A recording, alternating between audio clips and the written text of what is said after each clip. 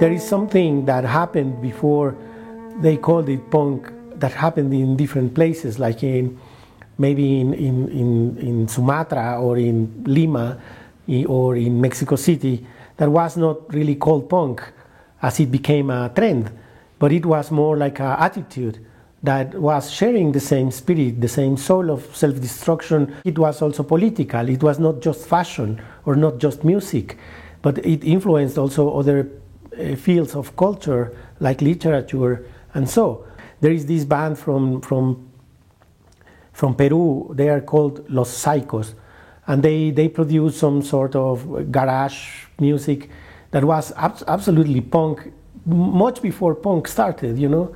And the lyrics and the music is absolutely punk before Sid Vicious was even thinking about playing the bass. So I made this also. Originally, I hung this in Oaxaca in a museum, but it was not exhibited. I just wanted to test it. And my idea was to make a sort of an architectonic structure with thread, with these kind of banners, you know, like a commemorative banners. Most of them are from Brazil.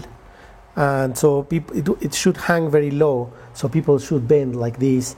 And I was thinking, in fact, that was about punk, because I wanted to, like, having people making this consciousness of their own bodies, as Johnny Rotten, the Sex Pistols singer, he did this, singing like this height, as doing the hunchback gesture.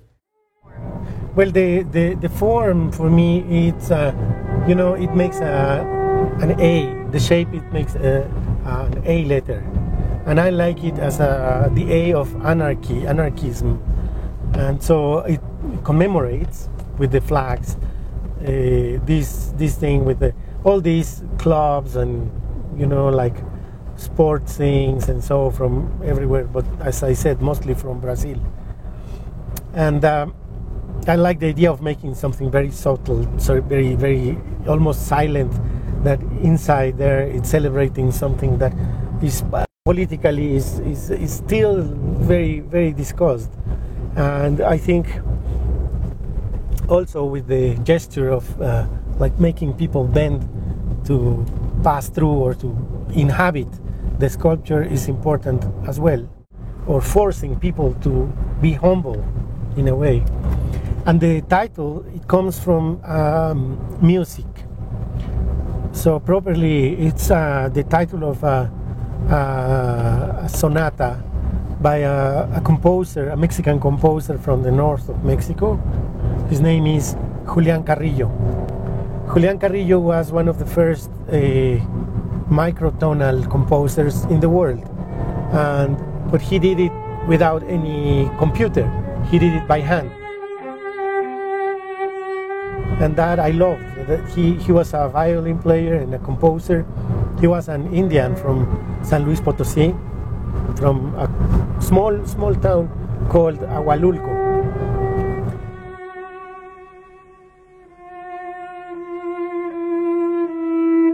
So he got a scholarship to travel to Europe to learn direction and composition.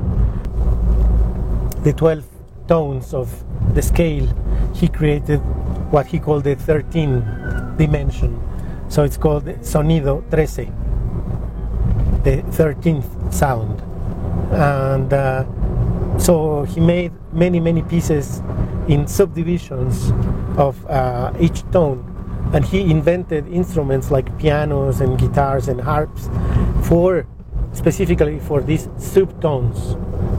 And he was kind of an inventor, a madman, a super delirious guy, a bit misunderstood, yet still now is someone not many people knows, even in Mexico.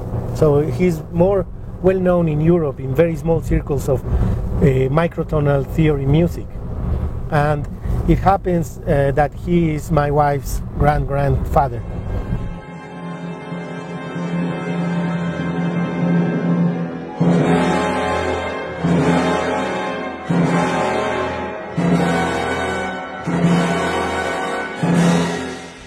I like the idea, not only as a homage to Carrillo, but also like the idea of the fragmentary. So all my work is very fragmentary and very unstable. And this is the analogous thing with his work, I think. He was a very nice person, very sympathetic, they say. That he was very, very humorous and he was not the stiff person you can think of, such a guy, no? It's very strange. He has like concerts for sonatas or symphonies for 1/16 of a note. There is still a lot of the promise of modernity and progress in his work that I think I find fascinating in a country that never had access to modernity.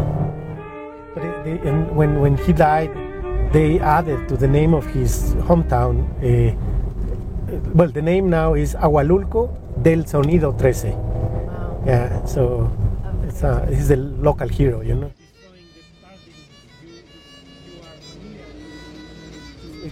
It's more like a metaphor of the discovery he made. There is no new notes, but many infinite sub notes. That's the point.